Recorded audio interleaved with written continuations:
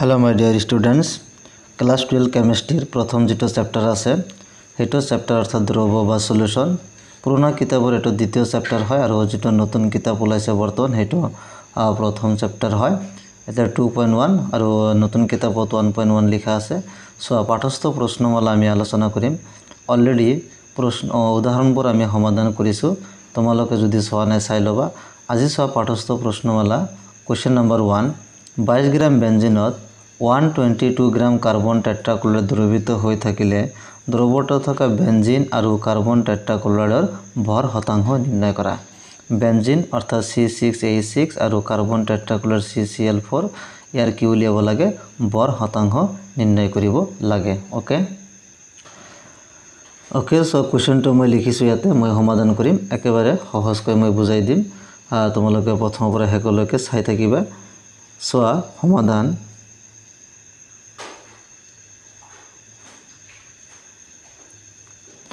याते बेंजिনৰ भर किमान দিয়া আছে এটো লিখিম এনেকৈ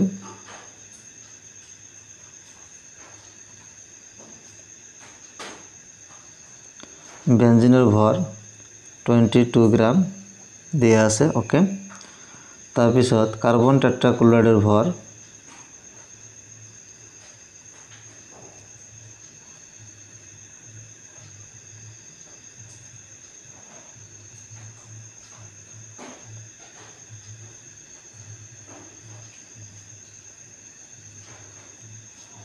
कार्बन टेट्राक्लोराइडर भर किमान दिया আছে 122 ग्राम 122 ग्राम ओके गतिके मुठ भर अर्थात टोटल भरটো আমি উলিয়াই লম मुठ भर किमान হ'ব তেনহলে এই দুটাকে যোগ কৰিব লাগিব 22 ग्राम प्लस 122 ग्राम দুইটা যোগ কৰিলে কিমান আহিব 144 ग्राम ओके गतिके याते उलियाब लागे बेंजिन C6H6 और कार्बन टेट्राक्लोराइडर भर शतांश ओके सो गतिके बेंजिन C6H6 लिखिलु तोमालोके बेंजिन लिखिब पारा गतिके बेंजिनर भर शतांश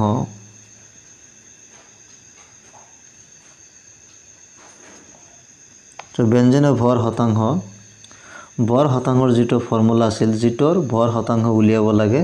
हेतु भर आमी ऊपरत लिखिम और तलत लिखिम मुठ भर इनटू 100% ओके सो ऊपरत की लिखिम बेंजिनर भर C6H6 अर्थात बेंजिनर भर कारण बेंजिनर जेहेतु भर शतांश उलियाब लागे गतिके आमी ऊपरत बेंजिनर भर लिखिम और तलत लिखिम मुठ भर ओके बा द्रव्यर मुठ भर लिखिब पारो बा मुठ भर लिखिले हबो ओके मुठ भर इनटू 100% एटो आसिल फर्मुला एटो फर्मुला तोमालोके मनत राखिब লাগিব ओके बेंजिনৰ भर सोआ बेंजिনৰ भर किमान दिया আছে 22 ग्राम सो 22 ग्राम लिखिलु और याते मुठ भर किमान 22 और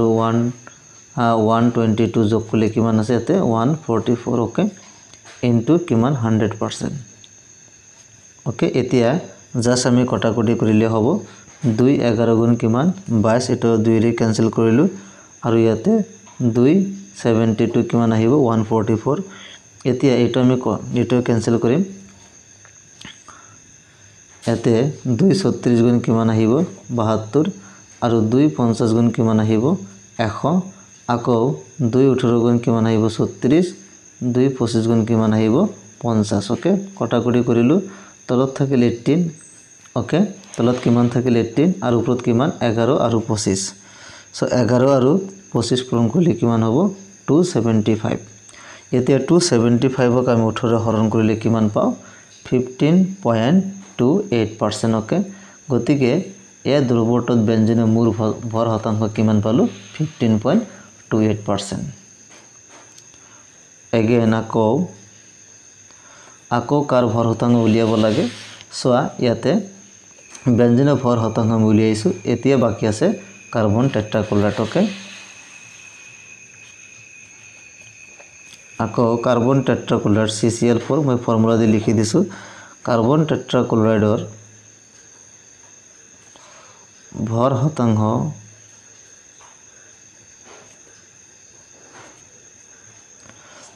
ইয়াতে ওপৰত লিখিব লাগিব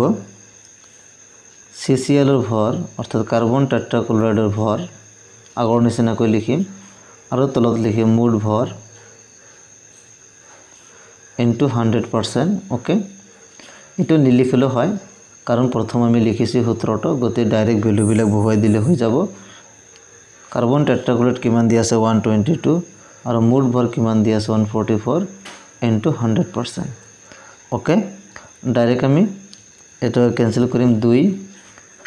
2 কিমান হ'ব এতে 61 261 কিমান হ'ব 122 আৰু 272 কিমান আহিব 144 দুই দি আমি ক্যান্সেল কৰিছো। এতিয়া ডাইৰেক্ট আমি 4 দি ক্যান্সেল কৰিব পাৰো 4 25 গুণ কিমান 100 আৰু 4 18 গুণ কিমান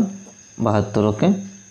এতিয়া ওপৰত 61 আৰু 25 আৰু তলত 18 61 আৰু 25 পূৰণ কৰিলে কিমান পাও 1525 আৰু তলত কিমান আছে 18 আছে। ওকে, এতিয়া 1525 ক আমি 18 হৰণ কৰিলে কিমান পাও 84.72%। গতিকে এইটো হল আমাৰ এনসাৰ। তোমালোকে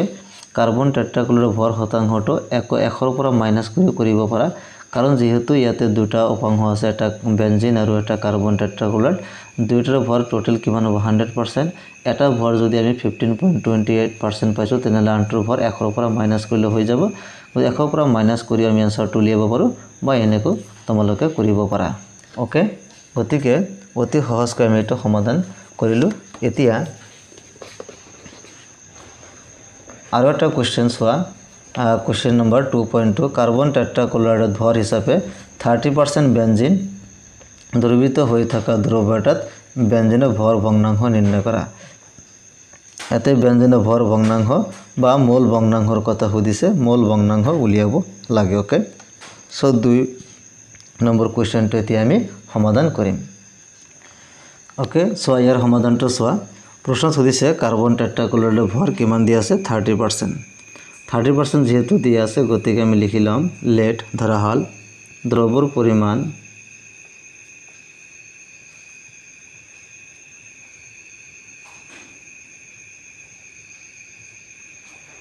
দ্ৰব্যৰ পৰিমাণ কিমান গ্ৰাম 100 গ্ৰাম। ওকে, কাৰণ ইয়াতে 30% যেহেতু সুধিছে কাৰ পৰিমাণ কাৰ্বন টেট্ৰাক্লৰাইডৰ গতিকে আমি টোটাল যেটো দ্ৰব্য আছে হেটো পৰিমাণ আমি 100 গ্ৰাম বুলি ধৰি ললো। গতিকে C6H6 এটো দি আছে বেনজিন গতিকে বেনজিনৰ ভৰ সো প্ৰশ্নত ইয়াতে সুধিছে কাৰ্বন টেট্ৰাক্লৰাইডৰ ভৰ হিচাপে 30% বেনজিন দ্ৰৱীত হৈ থকা দ্ৰব্যটাত বেনজিনৰ ভৰ ভগ্নাংশ নিৰ্ণয় কৰিব কৈছে। ইয়াতে বেনজিনৰ ভৰ কিমান দি আছে 30% অৰ্থাৎ 100%ত 100ৰ ভিতৰত 30 গ্ৰাম কি হ'ব বেনজিন হ'ব আৰু কাৰ্বন টেট্ৰাক্লৰাইড কিমান হ'ব 70 গ্ৰাম হ'ব কাৰণ 100 পৰা আমি 30 কি কৰিব লাগিব মাইনাস কৰিব লাগিব। ওকে, গতিকে বেনজিনৰ ভৰ আমি কিমান পাও 30 গ্ৰাম যেহেতু 30% দিছে সেই কাৰণে বেনজিনৰ ভৰ আমি কিমান পাইছো 30 গ্ৰাম আৰু গতিকে কাৰ্বন টেট্ৰাক্লৰাইডৰ ভৰ কিমান হ'ব যেহেতু কাৰ্বন টেট্ৰাক্লৰাইড ইয়াতে সুধিছে সো কাৰ্বন টেট্ৰাক্লৰাইডৰ ভৰ টোটাল ভৰ কিমান আছিল 100 গ্ৰাম মাইনাস 30 100 পৰা 30 কি কৰিব লাগিব মাইনাস কৰিব লাগিব। ওকে, সো কিমান আহিব 70 গ্ৰাম আহিব। এতিয়া দুইটাৰ ভৰ আমি উলিয়াইছো। এতিয়া নাও C6H6 অৰ্থাৎ বেনজিনৰ মলৰ ভৰটো উলিয়াম। মলৰ ভৰ আমাক কিয় লাগিব কাৰণ যেতিয়া আমি মোল উলিয়াম বা মোল ভগ্নাংশ উলিয়াম তেতিয়া মলৰ ভৰৰ প্ৰয়োজন হৈ পৰিব সেই কাৰণে আমি বেনজিন আৰু কাৰ্বন টেট্ৰাক্লৰাইডৰ মলৰ ভৰ উলিয়াম। C6H6 মলৰ ভৰ কাৰ্বন কেইটা আছে 6টা আছে এটা কাৰ্বনৰ ভৰ 12 প্লাস হাইড্ৰোজেন কেইটা আছে 6টা এটা হাইড্ৰোজেনৰ ভৰ 1। ওকে, সো গ্রাম পার মোল মলার ভরের একক কি গ্রাম পার মোল 6 লগে 12 পূরণ করলে কিমান 72 প্লাস 6। ওকে, 72 প্লাস 6 গ্রাম পার মোল দুটা যোগ করলে পাও 78 গ্রাম পার মোল অর্থাৎ বেনজিনৰ মলাৰ ভৰ কিমান পালো 78 গ্ৰাম পাৰ মোল। এতিয়া কাৰ্বন টেট্ৰাক্লৰাইডৰ মলাৰ ভৰটো আমি একলগে উলিয়াই থকে কাৰ্বন টেট্ৰাক্লৰাইডৰ মলাৰ ভৰ কাৰণ ইয়াৰো মলাৰ ভৰ আমাৰ দৰকাৰ হৈ পৰিব। ওকে, সো কাৰ্বন টেট্ৰাক্লৰাইডৰ মলাৰ ভৰ কার্বন কিমান এটা আছে কার্বনের ভর কিমান 12 × 1 প্লাস ক্লোরিন কেইটা আছে 4টা 4 × ক্লোরিনের ভর কিমান 35.5 গ্রাম পার মোল ওকে এটো হৈ গল 12 লগত 1 পূৰণ কৰিলে 12 আৰু 4 35.5 কিমান আহিব 142 ওকে 142 গ্ৰাম পাৰ মোল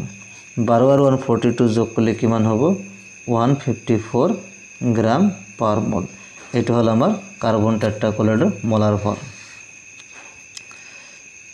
এতিয়া গতিকে আমি কাৰ মোল ভগ্নাংশ উলিয়াব লাগে কাৰ বেঞ্জিনৰ মোল ভগ্নাংশ উলিয়াব লাগে ওকে গতিকে বেঞ্জিনৰ ভৰ ভগ্নাংশ বা মোল ভগ্নাংশ ইয়াতে মোল ভগ্নাংশ হ'ব গতিকে বেঞ্জিনৰ মোল ভগ্নাংশৰ যেটো সূত্ৰ আছিল সূত্ৰটো হল যেটো উপাংশৰ মোল ভগ্নাংশ উলিয়াব লাগে হেতৰ মোল ওপৰত লিখিব লাগিব আৰু তলত লিখিব লাগে দ্ৰৱৰ মোট মোল ওকে গতিকে এতে কাৰ মোল ভগ্নাংশ উলিয়াব লাগে বেঞ্জিন গতিকে আমৰা লিখিম বেঞ্জিনৰ মোল ওকে সো বেঞ্জিনৰ মোলটো আমি ওপৰত লিখিম আৰু তলত লিখিম দ্ৰৱৰ মোট মোল ইয়াতে দুটো উপাংশ আছে এটা আছে বেঞ্জিন সো C6H6 এত মোল প্লাস আৰু কাৰ লিখিব লাগে কাৰ্বন টেট্ৰাক্লোৰাইডৰ মোল ওকে সো কাৰ্বন টেট্ৰাক্লোৰাইডৰ মোল এটো হল আমাৰ মোল ভগ্নাংশৰ ফৰ্মুলা অৰ্থাৎ মোল ভগ্নাংশত আমি ওপৰত লিখিম উপাংশটোৰ মোল আৰু তলত লিখিম দ্ৰৱৰ মোট মোল এতিয়া ইয়াতে বেঞ্জিনৰ মোল ইয়াতে উলাব লাগিব তো বেঞ্জিনৰ মোল তোমালোকে সাইডত উলিয়াব পাৰা বা ইয়াৰ তলত উলিয়াই লব পাৰা বেঞ্জিনৰ মোলটো মই সাইডত উলিয়াই দেখুৱাই দি আছো বেঞ্জিনৰ মোলটো আমি কেনেকৈ উলিয়াম সো বেঞ্জিনৰ মোলৰ যেটো ফৰ্মুলা আছিল মোল ইকুয়াল টু দিয়া ভৰ ডিভাইড বাই মোলাৰ ভৰ বেঞ্জিন কিমান দিয়া আছে সো বেঞ্জিন ইয়াতে কিমান দিয়া আছে 30 গ্রাম সো ওপৰত আমি লিখিম 30 গ্ৰাম আৰু মোলাৰ ভৰ বেঞ্জিনৰ মোলাৰ ভৰ আমি উলিয়াইছো 78 গ্ৰাম পাৰ মোল ওকে